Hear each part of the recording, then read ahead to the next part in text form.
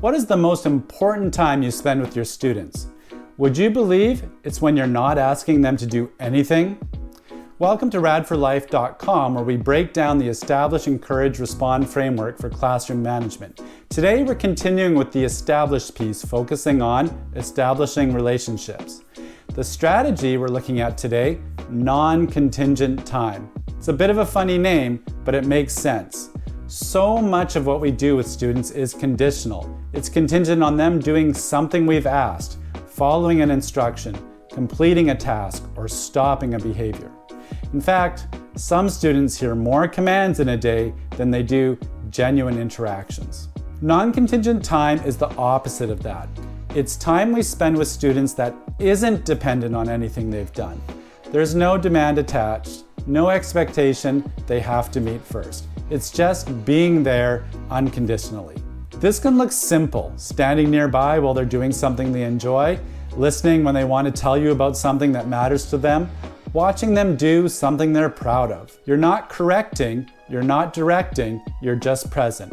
And it works for a few important reasons. First, you're pairing yourself with things the student already likes. Over time, that changes how they experience you. You're not just the person who gives directions, you're someone connected to positive moments.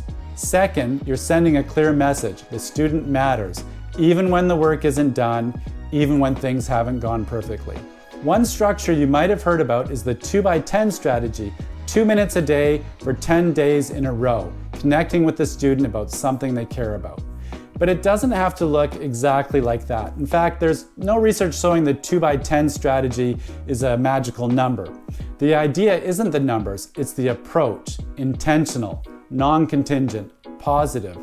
That's what the research supports. 2x10 is a great way to do it, but so is twice a week or every Tuesday afternoon. One way to do this, you might choose to focus on a student you feel less connected with. Maybe the one you don't naturally interact with, or the one who tends to get more corrections than conversation. And instead of waiting for the right moment, you plan for it. Write it into your day plan. Set a reminder on your phone. Build it into your routine, because if you leave it to chance, it often won't happen. But when you make it deliberate, even in small ways, you start to shift the relationship. And that shift makes everything else you do more effective. These intentional relationship building strategies stay with us as we move into the next part of the framework, encourage. Because when relationships are in place, everything we do to encourage the behaviors we want to see becomes more effective. If you want to learn more or find out how that works, follow and subscribe, or check out the website at radforlife.com.